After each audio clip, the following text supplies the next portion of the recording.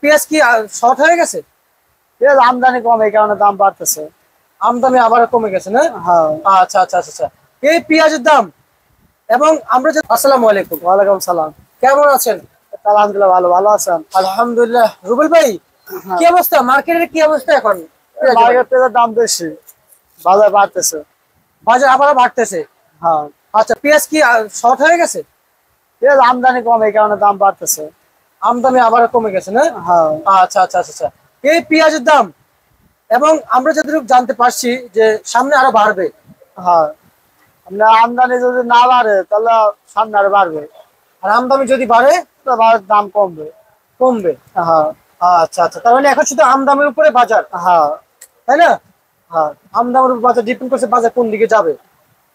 আর এই যে পেঁয়াজ কত কত বিক্রি হচ্ছে এগুলা? এগুলো বিক্রি হচ্ছে আপনার 160 টাকা, 106 টাকা কেজি, 530 টাকা পাল্লা।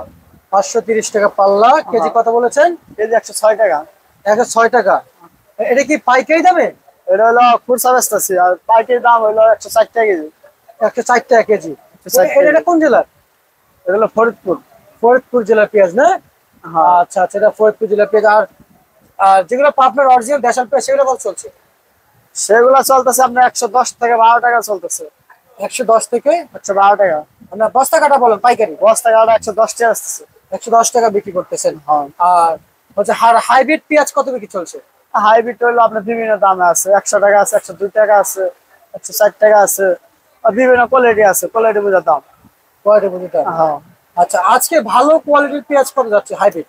ভালো কোয়ালিটি আছে আপনার হলো 105 টাকা যাচ্ছে। 105 টাকা কেজি। 105 টাকা কেজি যাচ্ছে না? হ্যাঁ। আচ্ছা আচ্ছা আচ্ছা আচ্ছা। আর একটু জানার চেষ্টা করছি, যেমন এই কাউরন বাজারে নরমাল পেঁয়াজ কত কত বিক্রি হয়? নর্মাল আর বিভিন্ন ধরনের আছে, ওই যে একটা বেচতে ছিল 70 টাকা কেজি, ওই একবার নর্মাল। 70 আছে, 75 আছে, সর্বনিম্ন 70 টাকা। আচ্ছা আচ্ছা আচ্ছা।